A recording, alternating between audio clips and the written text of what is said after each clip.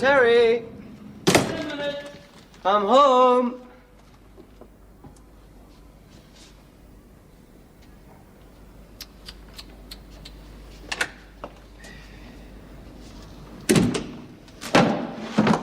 Oh, just look at this place. Hello, pet. Have a good day at the office. Now drink that while it's hot. Now, is this supposed to be here? Is this supposed to be here? Oh, I must have left them there when I had a snack. And I wish you wouldn't stub your fags out in the rubber plant. Oh, well, I must have done that when I went to answer the door. A tall lady in galoshes was collecting for War on Want. Now, that doesn't live there now, does it? Well, that is there because I'm trying to do everything at once. Answering the door and clearing up and getting your dinner ready. I haven't stopped today, you know. I haven't stopped. Did Thelma ring? No. She didn't call round or anything? No, mate. Not unless it was when I was down at the shops. Do you know, I stood for 15 minutes in that butcher's. Are you sure she didn't ring? No, not unless it was while I was out. Oh, those friends of yours, Morris and Pauline, rang. Wanted to know if you'd go to their anniversary party. Oh, yes? I turned it down. You what? On your behalf. Well, why? I'd like to have gone to that, get myself out of myself. The invitation was for you and Thelma as a couple. And as you no longer exist as a couple, I thought it best to turn it down. I'm going. What do you mean you're going? To make the numbers up, they're too short now.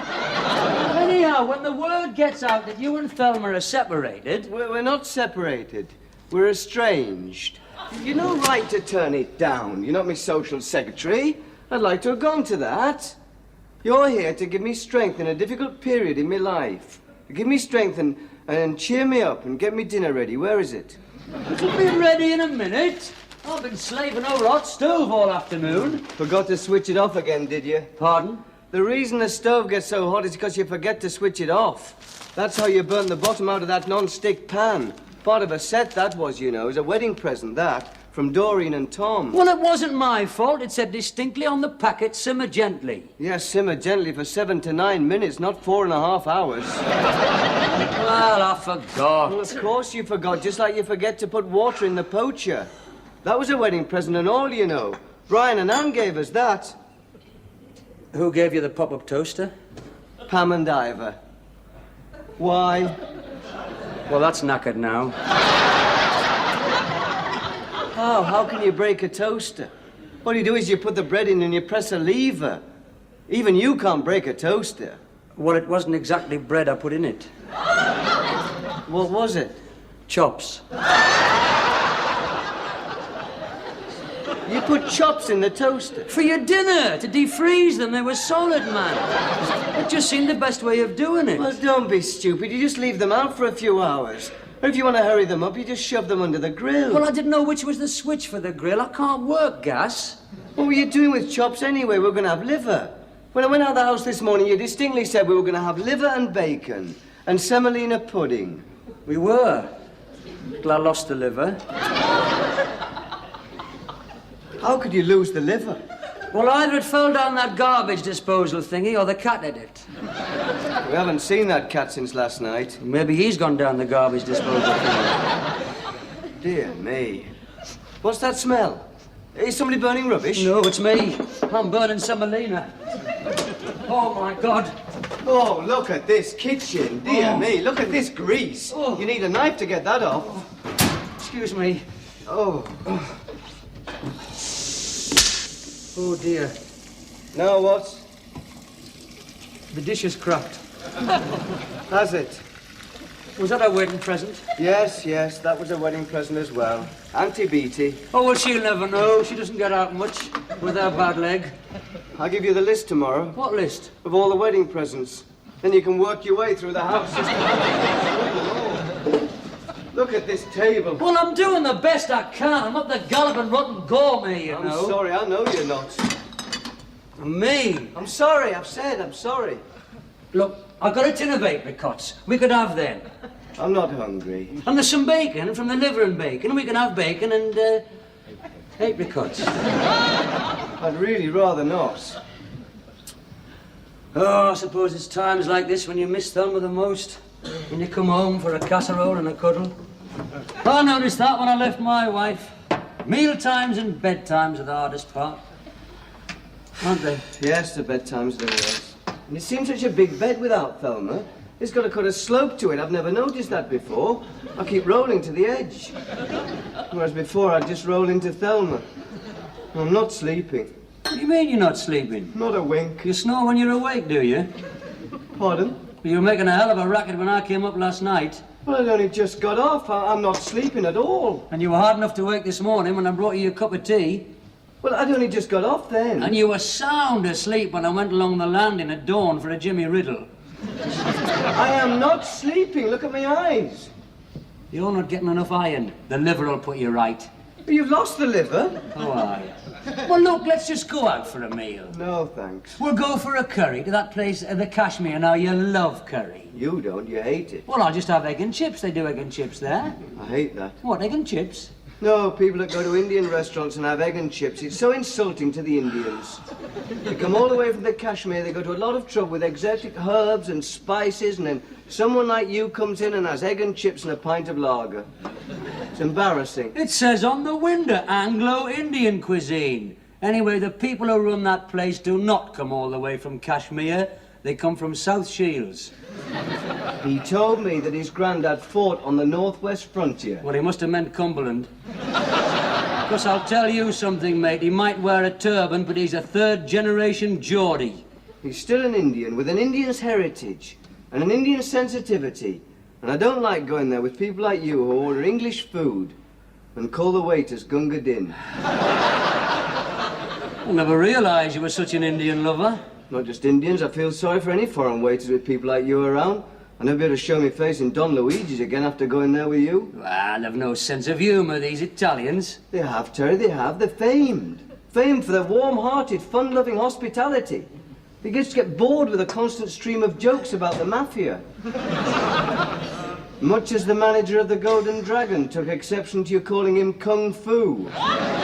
Well, look, then, we'll just go to an English restaurant. We'll go to an English ordinary steakhouse. Or we could get some fish and chips. We could go down the Wheat Chief later. There's music down the Wheat Chief tonight. No, I've no desire to go out. No desire whatsoever. Look, I have been working my fingers to the bone. I'm entitled to be taken out tonight. You sound like my wife. I feel like your rotten wife. I can understand why she left you now. You show more concern for Indians and Chinamen than you do for your loved ones. That is not a nice thing to say. Is that a nice thing to say?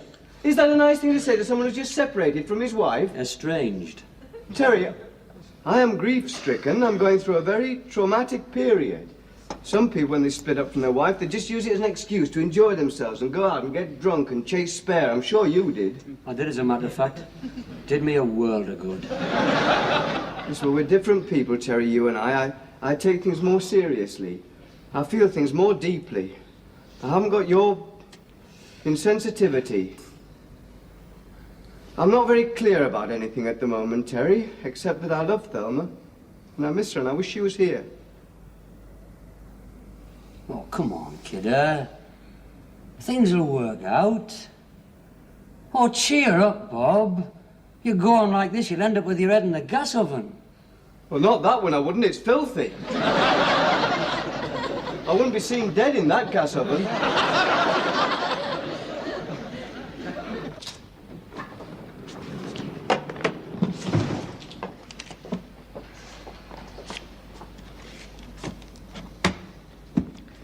Hello, Thelma, pet.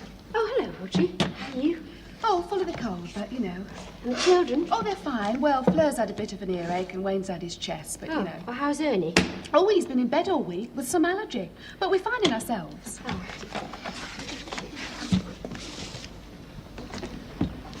Look, Thelma, I don't want you to think that.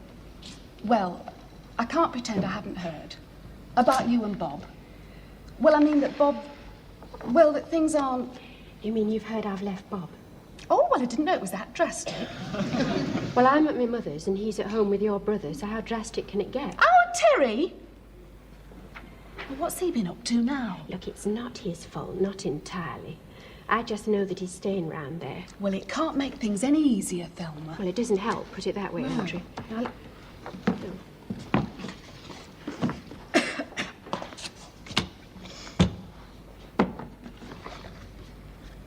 Now, look, Pet, I don't want you to think that I'm one of these people that you don't hear from for ages, who turns up at the slightest hint of disaster. But if there's anything I can do, anything at all, Pet, don't hesitate. Please don't hesitate. I'm not unfamiliar with this sort of thing, you know. It hasn't all been plain sailing with our Ernie. It's not easy being married to an alcoholic hairdresser. Ernie's not an alcoholic. He drinks too much too often, and that's alcoholic in my book. Well, our problems have never stemmed from Bob's drinking. Oh, no, Pet, I didn't mean to infer. It's just, well, you mustn't hesitate. You can come over tonight if you like. No, I think I just have a quiet night in. Get yourself out of yourself. Well, everyone tells me that. What on earth does it mean? Well, please yourself, but if you change your mind, don't hesitate. Look, thanks, Audrey. But I think people have got to sort these things out for themselves, you know. But it was very sweet of you. Well, what are friends for, Pet? Oh, there's just one thing, Audrey. Yes?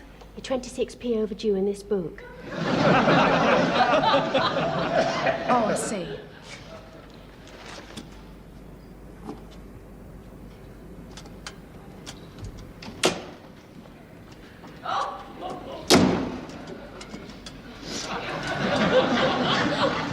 I have found the liver Oh, where was it? in my raincoat pocket. Oh, of course. I borrowed your coat when I went down to the butcher's. It was on the hall stand, dripping blood all over the new carpet. Cold water, that's a thing for blood. Will cold water help my Mac? Why did you wear my Mac? Well, I haven't got one. All my stuff's at home. Why did you wear my new Mac? What was wrong with my old Mac? Oh, well, I gave that to the lady from War on Want. My lovely old Mac? I've had that for years. Yes, I could see that. That's why I gave it away. Well, I want that back. Oh, don't be stupid, man. It'll be halfway to Kashmir by now. My extendable steel rule was in the pocket. Well, I'm sure they'll find a good use for it there. Now, look, do you want me to cook that liver for you? No, thank you, not now. It'll be all fluffy now and taste of gabardine. It'll do for the cat if we ever find him. Look, don't worry about the cat. Well, I do worry about the cat, Terry. He's not ours, you know. He belongs to the people next door. I'm just looking after him. He belongs to the people next door who've gone to a wedding in Pontefract. What am I supposed to say when they come back and ask where's Ginger? I'm not sure where he is. He's disappeared. He might have gone down the waste disposal. Well, I'm not sure that he did. It's just that, well, it made a very funny noise. Yes, well, they always do. Yes, but yours sort of went... Not funny, Terry. Not funny one little bit. God, no sense of humour, some people. And you haven't cleaned out that oven yet. Well, I will do, I will. I'll do it in the morning. Can I ask you one question? What? Why, at 8:30 of an evening, are you in pyjamas and dressing gown? I've just had a hot bath, haven't I? Well, I hoped you wiped the bath round after you. Yes, I always do. No, you can't get me for that. I haven't had a bath. I noticed. Pardon?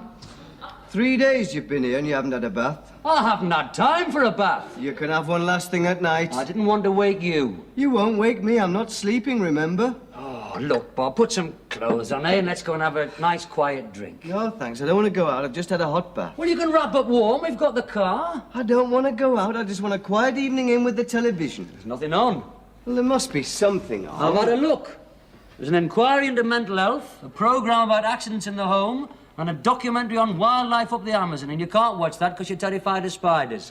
Give you nightmares. How can I get nightmares when I'm not sleeping? And there's a party political broadcast on at 9:50. That's always good for a laugh. That's not on, is it? Aye, all 3 channels and all. Dear me, what a terrible night. There's a film on. Oh, a Polish masterpiece. Quite, with subtitles. What a terrible night. Look, Bob, if you come out for a drink, it'll get yourself out of yourself. No, Thelma might ring. Oh, look, if you want to speak to Thelma, for God's sake, ring her. Certainly not. I've got my pride. I'm not speaking to her, remember? Well, if you're not speaking to her, why are you going to wait in all night in case she rings? Just so I can make it perfectly clear that I'm not speaking to her. Oh. She left me, remember? I did not leave her, she left me. Look, I'm not going to say it again. I'll give you one last chance. Are you coming out with me or not? No. Just because Thelma's gone, you think I'm going to leap at the chance of having a drink with you every night? Oh, Bob, when Thelma was here, you were out having a drink with me almost every night. Yes, and perhaps if I'd seen less of you, I wouldn't be in this situation. Oh, what a nice thing to say. What a nice thing to say, though, but to your best friend who spent half the morning down the butcher's. I'm sorry, but it's the truth. It has to be said. Over the years, your presence has had a... Well, it has to be said. A destructive influence on Thelma and me. What a terrible thing to say. I was your best man. Yes, and even at the altar you were telling me where I could get a quick divorce. That was just a joke, man, to take your mind off the horror that was to follow. There you go again. Well, that was just another joke. But it isn't funny. Listen, Bob, I have never consciously tried to cause trouble between you and Thelma. All right, I've had my differences with Thelma, almost as many as you. But I have never consciously tried to stir it between you and her. You didn't help on Monday. Thelma might be here now if you'd sent those flowers. I'll never forgive you. £5 I gave you to send flowers, and you never got past the betting shop. I'll pay you back. You'll get your money. That is not the point. That is not the point. I gave you £5 for flowers. That is not the point. I shall never forgive you. I did buy some flowers. You did not buy some flowers. You stole some flowers from the gardens opposite the rates office. Well, Thelma's still got them. It's the thought that counts. If she had got what I originally intended, a large bouquet of flowers wrapped in cellophane with a pink ribbon, then she might have been impressed with the thought. What's she going to think about a bunch of marigolds wrapped in an old Daily Mirror shoved through a letterbox? Oh, if only that horse had come up, she could have opened her own rotten flower shop. I suppose if another of your horses had come up, we might have got something to eat tonight. What is that supposed to mean? It just means that I'm wondering, Terry, what you are doing with the housekeeping, frankly. £10 I gave you on Monday for the housekeeping, and I've seen precious little for it, except for a bunch of carrots, a tin of fruit, and some rather fluffy liver. And the bacon and a tin of semolina. How much does it cost? £8 a tin? It's semolina, not caviar. I want to see the bills. I want to see the receipts. I paid the milk bill, you know, and the papers and the laundry. I also made a contribution to the lifeboat fund, and I've got a flag to prove it. I can account for every penny. Oh, of course you can in the betting shop. Right, that's it. You can go so far, I can take so much, but that is it. 3 days of living with you has certainly made me appreciate Thelma's point of view. I don't know why you got married. You don't need a wife, you need a housekeeper. Somebody to cook your meals and balance your books. Well, I'll tell you one thing, mate. I have been very tolerant these last few days, but it's got to be said, you are impossible to live with. Where are you going? I'm leaving you, that's where I'm going. I am leaving you just like Thelma did. You want to think about that, mate. That's 2 people who have left you inside a week. 3 if you count the cat.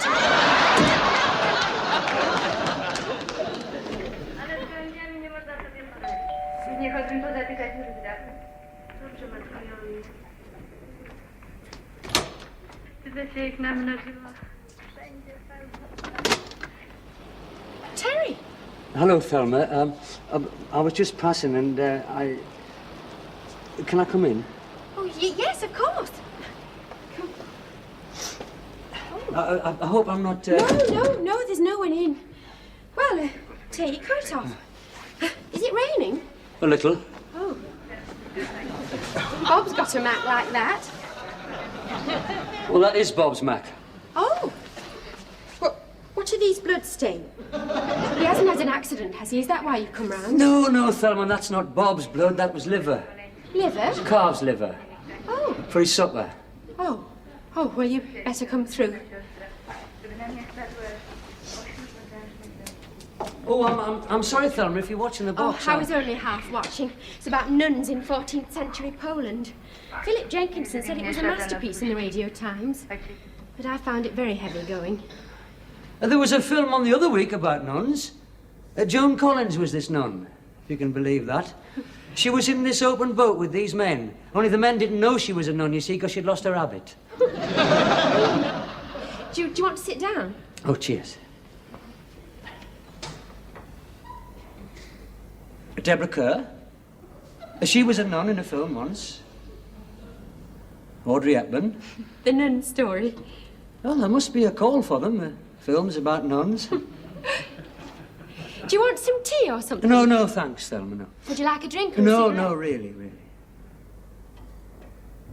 How is Bob? Well, it's about Bob that I called. He has had an accident. No, honestly, Thelma, no. It's just that, well, you should have had some flowers on Monday. I did get some. Marigolds. It was difficult to tell. Well, I didn't mean those. You should have had a big bouquet wrapped in cellophane and pink ribbon. Only you didn't, and Bob seems to think it was my fault, and, well, Bob seems to think a lot of things are my fault. Oh, you're not to blame, Terry. Not entirely. Well, of course I'm not. I mean, you can see that, Thelma, with your grammar school education. I mean, you see things a lot more clearer than what he does.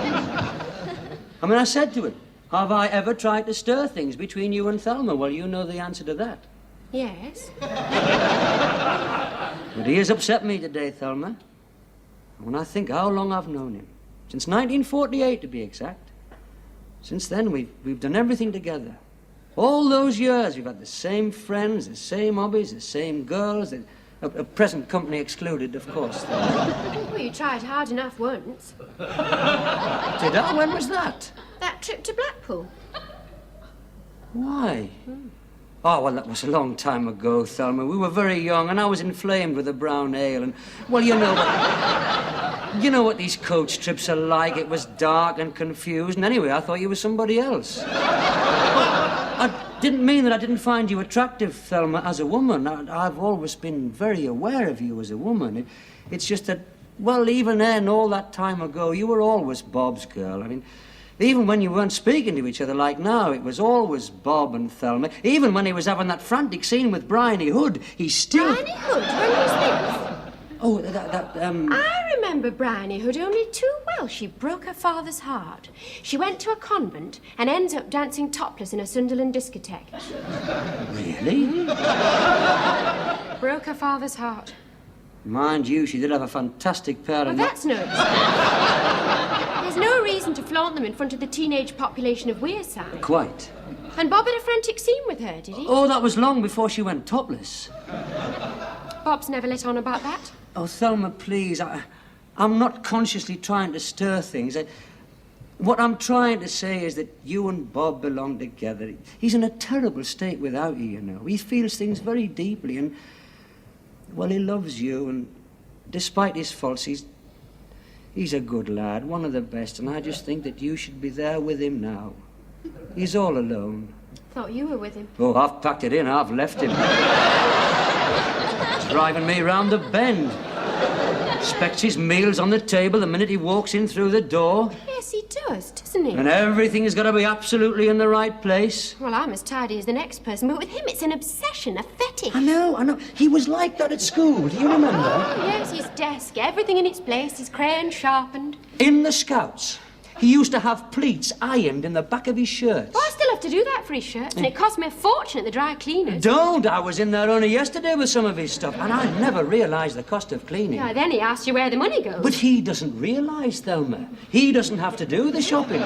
He doesn't realise how the cost of living has risen. He doesn't have to spend all morning in the supermarket or the cleaner. Do you know I stood for 15 minutes in that butcher's this morning? This was the liver? The calves liver, yes. He likes that. He didn't actually get it. How is he in himself? He's a bundle of nerves. Is he sleeping? No. He's snoring a lot, but he's not sleeping. Gets my teeth on edge, that. Oh, mine too. Do you know, Terry, we've got one thing in common. What? It drives us both mad. Ooh.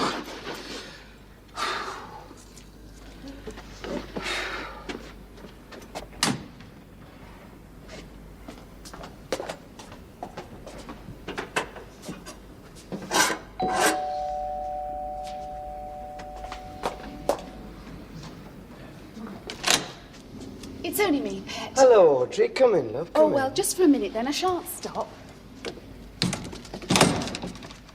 What are you doing? I'm trying to clean up. There's blood everywhere. What have you done? Oh, it's not me, it's Terry. You haven't murdered him. Not yet. Nobody'd blame you if you did, Pet. Do you know, Audrey, he's turned this place into a pigsty. Come on through. Look, I'll not stop, Bob. I only popped round while the party political was on, because I don't want you to think that I'm one of these people who you don't hear from for ages, who turns up at the first hint of disaster. But if there's anything I can do, anything at all, Pet, don't hesitate. Thank you very much, Audrey. You are kind, but I think this is the kind of thing I've got to sort out for myself, you know. I know, Pet. But sometimes it helps to get out and see friends, you know. It gets yourself out of yourself. You're more than welcome to come and sleep at our place. I don't sleep, Audrey. Oh, I'm not surprised, Pet. I've been through this sort of thing myself, you know. I'm not unfamiliar. Yes, well, we'll just have to see how things work out. It will. What? Work out. Well, we'll just have to see. Well, look, I can't stop. Where's our Terry? Is he out drinking? I don't know, Audrey. He's gone, you see. He's left me. Must be something about me, some quality that makes people leave me. Oh, I don't. I don't think I'm difficult to live with, do you? Oh, don't be silly, Bob. Course you're not. Audrey, did you wipe your feet? I've only just done this floor. Oh, I'm ever so sorry, Bob. Well, look, I can't stop. You're leaving me, in other words. But I said I couldn't You're stay. you're leaving me just like all the others. Cheers. Cheers. Bob and Thelma. Cheers. I suppose, Bob, it's just a habit that I've got to get out of. Like Joan Collins and that boat. Pardon? Oh, yes, very witty, Thelma, yes. Who on earth's that? It's not your mother, is it? No, I'm playing bridge with the Aversons.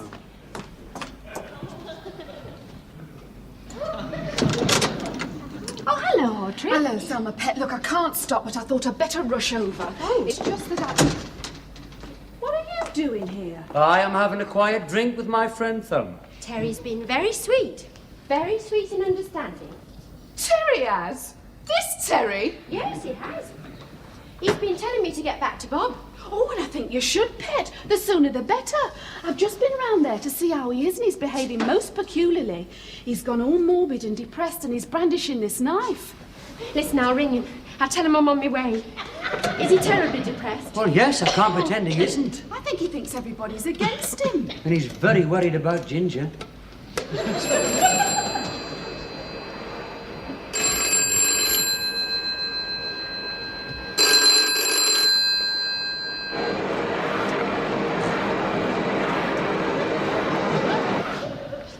He doesn't answer. Well, he must be there. I've just left him in his dressing gown. I must go to him. Oh.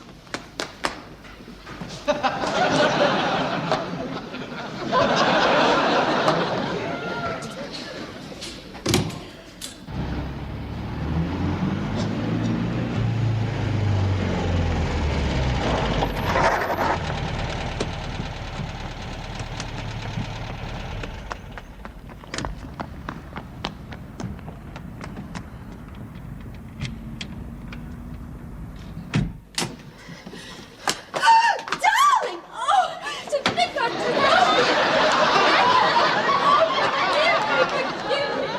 Thelma! Darling, what is it? What? Thelma, you're getting oven stick all over your blouse.